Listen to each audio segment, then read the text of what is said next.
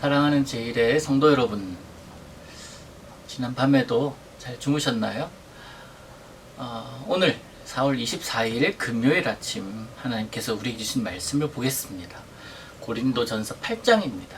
고린도전서 8장 1절에서 13절까지 말씀을 보겠습니다.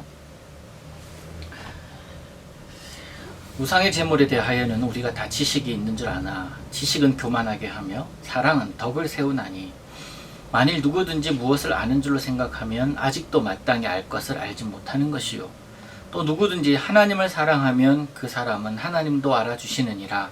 그러므로 우상의 제물을 먹는 일에 대하여는 우리가 우상은 세상에 아무것도 아니며 또한 하나님은 한 분밖에 없는 줄 아노라. 비록 하늘에나 땅에나 신이라 불리는 자가 있어 많은 신과 많은 주가 있으나 그러나 우리에게는 한 하나님 곧 아버지가 계시니 만물이 그에게서 났고 우리도 그를 위하여 있고 또한 한 주 예수 그리스도께서 계시니 만물이 그로 말미암고 우리도 그로 말미암아 있느니라.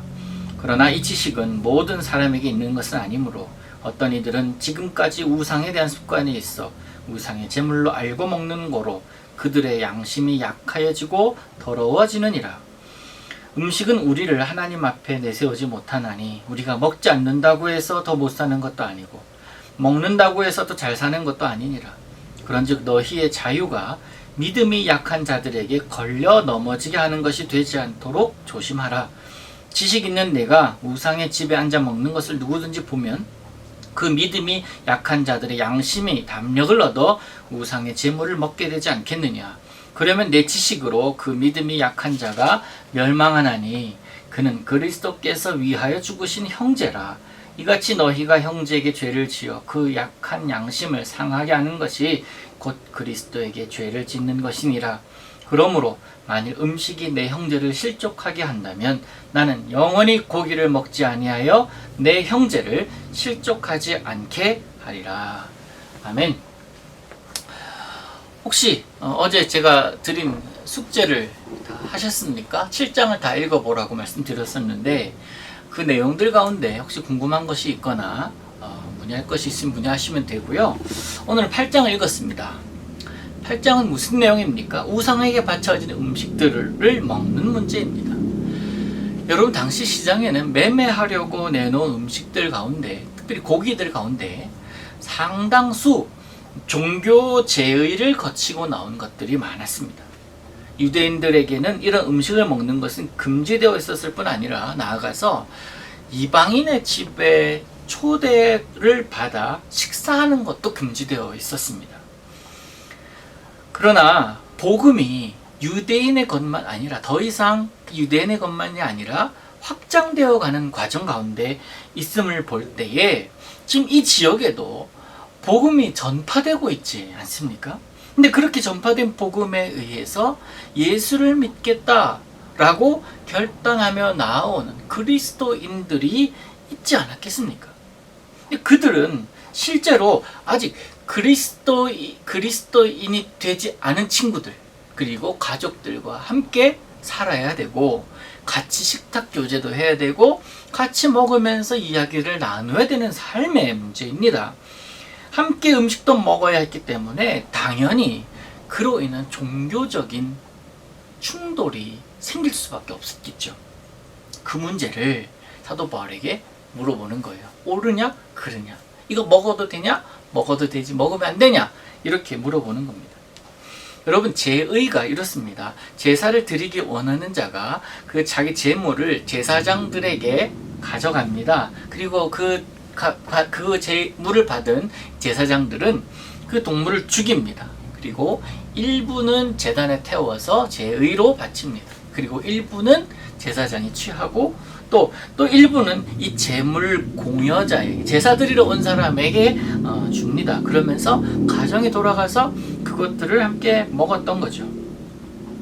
그리고 또한 이 제사장들이나 제물 공여자들이 받은 이 고기들을 그들이 먹지 않고 이것을 돈으로 바꾸는 경우도 있었습니다. 시장에 나가서 이것을 매매하는 거예요. 그래서 일반적인 그 시장에 나와 있는 고기들 그런 것들보다 훨씬 더 싸게 판매를 하는 거예요. 그래서 어려운 자들은 그런 것들을 사서 집에 가서 먹곤 했는데, 이런 상황 가운데 이런 과정을 거친 고기들이 우리들의 식탁에 놓여져 있는데 이것 먹어도 되는지, 또 어쩔 수 없이 먹게 되는 경우에는 어떻게 되는지를 이 사도 바울에게 질문하고 있는 거예요. 어떻게 생각하십니까? 여러분은 어떻게 생각하세요? 여러분 1절을 한번 다시 보세요. 1절 보시면 지식과 사랑이라는 단어가 보이십니까? 지식, 사랑. 여러분 그리스도인의 삶의 근거는 지식이 아니라 사랑이라고 사도 바울은 얘기합니다. 왜 얘기합니까? 어제도 말씀드렸다시피 사도 바울의 모든 말과 모든 권면과 모든 가르침의 밑바닥에 뭐가 있다고 그랬어요? 예수 그리스도의 피 묻은 십자가가 있다고 그랬습니다. 복음이 있다고 그랬어요. 그래서 정의와 사랑, 지식과 사랑 가운데 무엇이 중요하냐? 물론 둘 다 중요합니다. 둘 다 있어야 됩니다. 정의 없는 사랑은 사람으로 하여금 병들게 합니다. 사랑 없는 정의는 사람으로 하여금 메마르게 해요. 둘 다 필요한 거예요.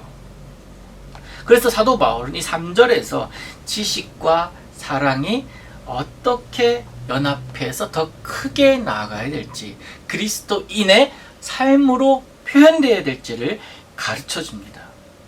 예수 그리스도를 통해서 알게 된 하나님의 사랑, 그 사랑이 삶의 영역에서 표현되어질 때에 가장 아름답게 변하지 않았겠습니까? 지식 필요합니다. 그런데 지식은요, 한계가 있어요. 자기를 사랑하게 하고 때로는 자기를 보게 합니다만은, 사랑은 자신에게 있는 사랑뿐만 아니라 주 예수 그리스도의 사랑은 나를 통해서 이웃을 보게 하고 이웃을 통해서 나를 보게 합니다. 그러면서 그 이웃과 더불어 살아가는 법을 가르칩니다. 사도 바울은 이 사실을 알았기 때문에 마지막에서 이웃 사람을 보고 있지 않습니까? 그게 배려 아니겠어요?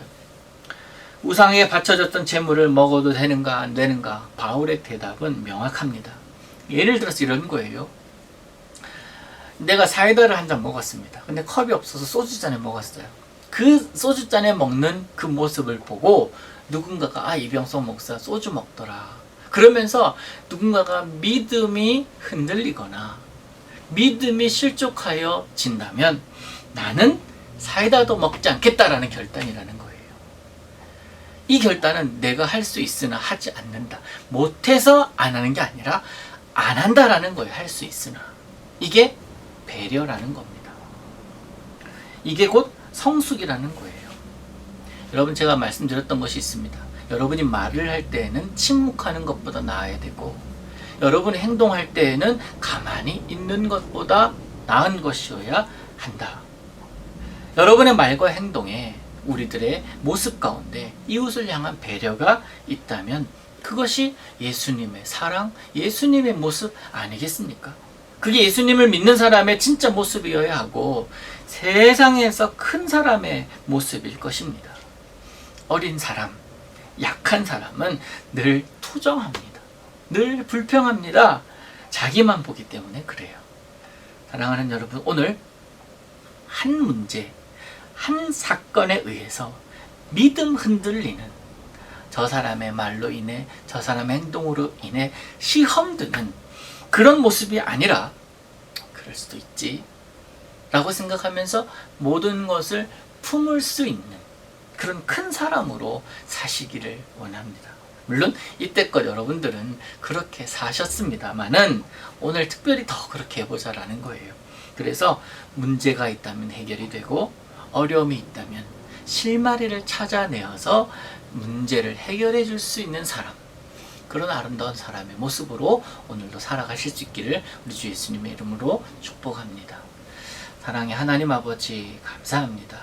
오늘도 하나님께서 보내주신 천사의 모습, 참 귀한 사람의 모습으로 살기를 원합니다. 부족하고 늘 약하고 연약한 우리들의 모습이지만 주님께서 힘주셔서 이웃을 향한 큰 배려가 내 속에 있는 그런 삶을 살게 하여 주옵소서. 내 힘으로 안 되니 오직 하나님만 바라봅니다. 주님 오늘도 우리와 함께하여 주옵소서. 예수님의 이름으로 기도하옵나이다. 아멘.